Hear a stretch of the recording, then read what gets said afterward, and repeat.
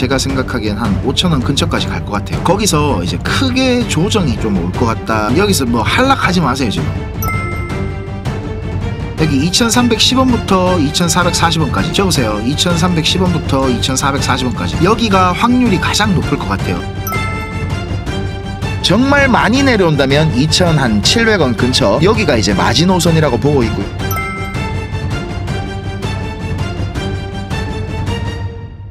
자, 안녕하십니까, 트레이더 데이빗입니다. 자, 비트코인이 드디어 92K 가격대에 있던 CMA 갭을 메웠습니다. 자, 지금 이 채널 라인을 이렇게 뚫고 나서 하락이 계속 나오고 있는데 그에 반해서 지금 우리 리플은 하락폭이 적습니다. 신기하죠? 꼭 보면 리플은 이래 오를 때는 막 빌빌거리다가 꼭 이럴 때는 맷집이 좋아요 또, 그죠? 자, 까나리 ETF 이후로 여러가지 후속 소식들이 들려오고 있는데 지금은 뭐 ETF 관련한 거 이런 것들이 중요한 뉴스가 아닙니다. 시장 전반적으로 지금 대세 하락장에 초입에 있을 수도 있다.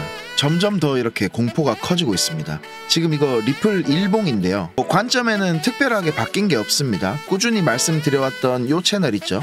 요 채널을 하방으로 이탈을 했고 이제 밑으로 채널을 확장시켜서 요 미들라인이고 여기가 1대1 되는 구간인데 여기서 이제 지지가 완벽하게 나오는지 요걸 확인해야 됩니다. 우리는 지금 상황이 상황인지라 제가 원래 요 매물대 하단 라인, 그러니까 요 미들라인 근처에서부터 이제 분할 매수를 시작한다고 말씀을 드렸었는데 그거는 잠시 보류를 해야 되겠습니다. 일단 내리는 거 보고 어떻게 움직이는지를 보고 판단을 해야 될 것 같고 요 라인 근처에서는 저는 최대한 관망을 해보려고 합니다. 자, 제가 목표로 삼는다고 말씀드렸던 여기죠. 1.6달러 구간인데 여기가 이제 지지 저항도 계속 일어났던 자리이기도 하고 이 채널 하단 라인도 지금 겹치는 구간이거든요. 원화 가격으로는 대략 한 2,440원 요 정도 수부터 2,260원 요 사이 구간이 될 것 같아요. 근데 제가 뭐라 했습니까? 이 업비트 차트는 한번 얼마나 늘어지는지 얼마나 짧아지는지 요거를 지켜봐야 된다. 그래서 정확한 건 아니고 대략 한 이 구간쯤이 될 것 같다 라는 거고요. 요 가격 구간을 잘 주목하고 우리는 기다려 봐야 되겠다.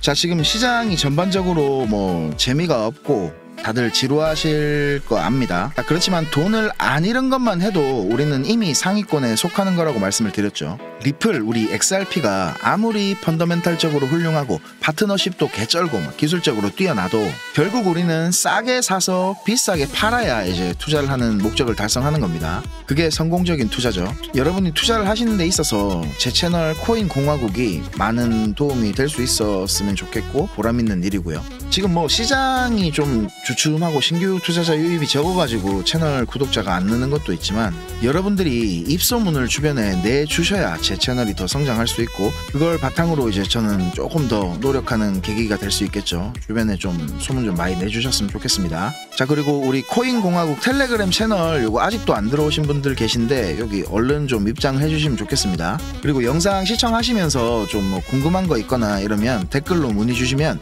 제가 참고해서 다음 영상이나 아니면 글로 답변을 드리도록 하겠습니다.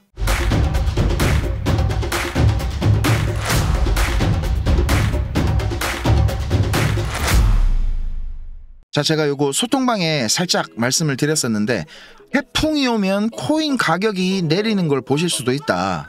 이게 도대체 무슨 소리고 싶으실 겁니다. 자, 우리 소통방에 유나님, 미국에 계신 유나님이 요청을 주셔서 제가 요거를 좀 정리를 해서 말씀을 드리려고 하는데 다들 뭐 관심이 없으시면 잘 모르시겠지만 얼마 전에 이 자메이카에 엄청난 규모의 태풍이 들이닥쳤습니다. 이름이 멜리사라 그러는데 이게 지금 피해가 어마어마하대요. 자메이카 GDP의 3분의 1이 그냥 날아가 버렸다고 하거든요. 이걸 복구하는 데만 한 2에서 3년이 걸릴 거라고 예상이 되고 있다고 합니다. 우리나라도 옛날에 막 이런 거 있었죠. 태풍, 매미, 루사 이거 기억나시죠? 그때보다 훨씬 더 큰 규모의 무서운 태풍이라고 합니다. 이게 자, 최대 풍속이 시속 298km, 역사상 대서양에 생긴 태풍 중에서 세 번째로 강력한 허리케인이라고 합니다. 자, 이 자메이카에 발생한 허리케인이 우리 코인 시장에도 영향을 줍니다. 형님들이 무디스라고 들어보셨죠? 국가나 기관들 신용등급을 갖다 매기고 이걸 이용해서 돈을 버는 집단입니다. 예전에 제가 그 그리스 사태 얘기할 때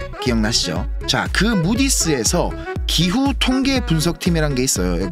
여기에서 이제 자연재해나 그에 대한 분석들을 해서 데이터들을 이제 보험 상품의 확률과 이자 설계를 하면서 막 이 보험사들을 대신해서 계산을 해주기도 한다고 해요. 막 이것들 별걸 다 하죠, 그죠? 돈이 되니까 이런 것도 하는 거 아니겠습니까? 자, 그런데 이 월드뱅크 세계은행에서 자메이카를 위해 만든 1.5억 불짜리 허리케인 본드가 있습니다. 이걸 이제 CAT, 캣이라 그러는데 이 고양이가 아니고요, 캐터스트로피, 재앙의 약자입니다. 쉽게 말해서 월드뱅크에서 이제 만든 재해보험 이런 건데 여기에 이제 발동 조건이라는 게 또 있어요.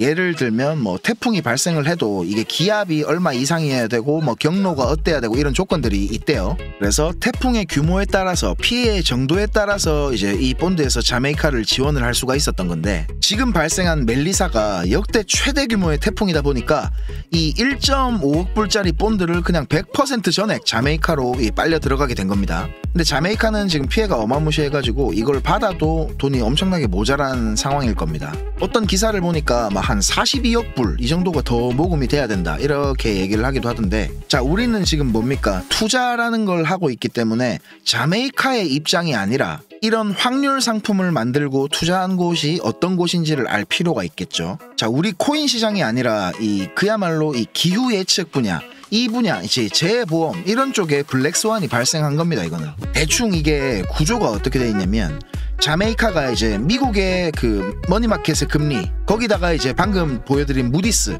여기에서 이제 기후평가 모델을 기반으로 하는 7% 변동금리, 이걸 갖다가 자메이카에서 보험료로 지급을 해요. 그러면서 재난보험을 들어주는 건데, 이 월드뱅크가 세계은행이 선의해서 이런 걸 하는 게 아니라 국가 간에 서로 자본을 이용을 하는 거예요. 자메이카라는 나라에서는 이제 세금을 모아가지고 이 기후변화에 대한 보험을 드는 거고, 반대편에서는 이제 이런 블랙스완급 이벤트가 없을 거다 이렇게 예측을 해서 배팅을 해서 7% 이상의 이자를 취하는 그런 시스템인 겁니다. 근데 이게 이제 요번에 멜리사라는 태풍 때문에 원금까지 전액 그냥 싹 다 날아가 버린 거거든요.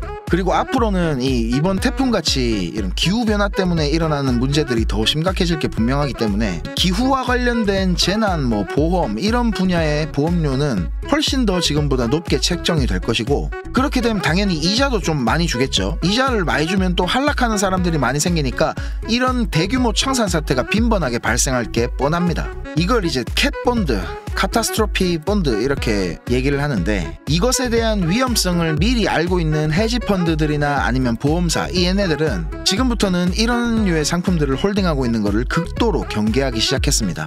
아직까지는 뭐 제 입으로 예측이다 이렇게 말씀드릴 수밖에 없지만, 높은 확률로 이런 대재해 채권들 있죠, 이런 것들이 RWA라는 이름으로 포장해서 우리 코인 시장으로 상품화가 될 겁니다. 이게 말이 좋아서 제가 포장이라고 표현을 하는 거지 그냥 폭탄을 갖다 떠넘기는 거예요. 왜냐하면 전통 금융권에 있는 이런 상품들보다 우리 크립토 쪽은 훨씬 더 이런 정보들에 좀 둔감하기 때문에 떠넘기기가 좋은 구조라는 겁니다. 자, 지금 많은 참여자들이 디파이 시장에 참여를 하고 있는데, 여기 있는 상품들이 기후 기반 보험기금을 기반으로 운용되는 것인지 이런 것까지 우리가 일일이 확인해야 되는 그런 시기가 오고 있다고 봅니다. 그러니까 여름이 오기 전에 이런 상품들의 비중은 줄여야 리스크가 줄어드는 거겠죠. 미국의 보험사들도 일반 투자자들을 대상으로 이제 기후 쪽 상품을 리파이낸싱해서 많이 털어내게 될 텐데, 이런 거를 재계약을 받아주는 쪽에서도 솔직히 감당하기 싫어하겠죠, 그죠? 결국에는 우리 크립토 시장에 RWA 상품 중에 하나로 만들어서 이걸 갖다 이제 이자를 다른 것보다 조금 더 지주고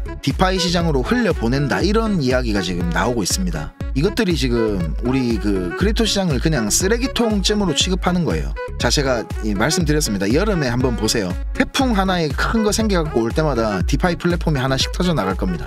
이게 미국 정부 입장에서도 좋은 방법이다 이렇게 막 좋아하고 있다고 하거든요. 주정부마다 재난 지출이라고 민간에다가 이제 자금을 지원하는 뭐 그런 게 있다고 하는데, 이런 기후재난 문제 같은 게 전통 금융권 상품에서 발생하는 것보다 코인 시장으로 넘어가가지고 RWA 이런 섹터에서 문제가 생기는 게 훨씬 더 얘네가 피해를 최소화할 수 있다 이렇게 생각을 한다는 거예요. 보험사는 그냥 이걸 핑계 삼아가지고 보험료만 올리면 되니까 서로 나쁘지 않은 그림이라 이거예요, 정부나 보험사나. 자, 그런데 우리가 이렇게 크립토 시장을 쓰레기통으로 취급하는 거를 노골적으로 한다 이런 걸 알게 된 이상 조금 더 똑똑하게, 조금 더 신중하게 우리가 시장에 접근을 해야 되고, 계속 강조드리는 것처럼 지금같이 이렇게 하락장의 초입인지 아니면 뭐 조정인지 아리까리한 이런 상황에서는 훨씬 더 우리가 보수적으로 접근을 해야 된다는 겁니다.